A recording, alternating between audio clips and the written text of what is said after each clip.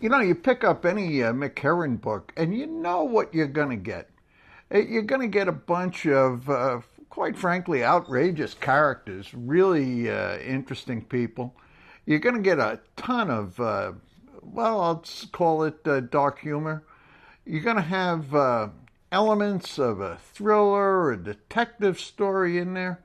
And you're going to have a writing style that as you're going through the book, it makes you stop and go over what you just read, because he's got really, really interesting and funny ways of putting things. Now, this book, Down Cemetery Road, starts off with a laugh-out-loud funny dinner party someplace in a suburb of London. It's told from the story of Sarah Tucker. She's a housewife. Her husband is this really creepy investment banker. And the dinner party is for an even creepier potential client of her husband. Anyway, during the dinner party, what happens is there's an explosion in a house down the street.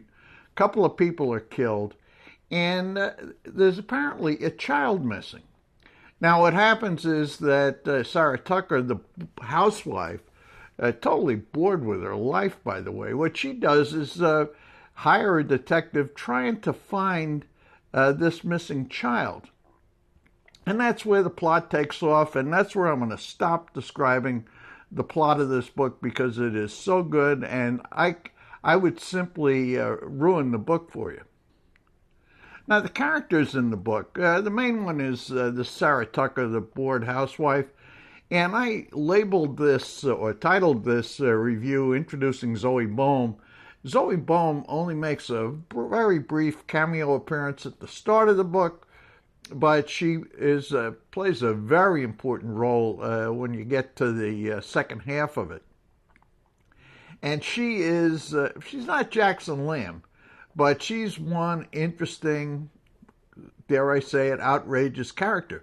Now, what Mick Herron does, and the thing that makes his book so good, is that he reveals the backgrounds, the motivations, the personalities of all of the characters in the book, both Sarah Tucker, Zoe Boehm, but also the bad guys, the really secondary characters. And the way he does it is by, I'll call it by doing it in layers. The book has continually shifting points of view, continually shifting perspectives, and in every one of those shifts, those points of view, you peel away an additional layer on those personalities and an additional layer on the plot.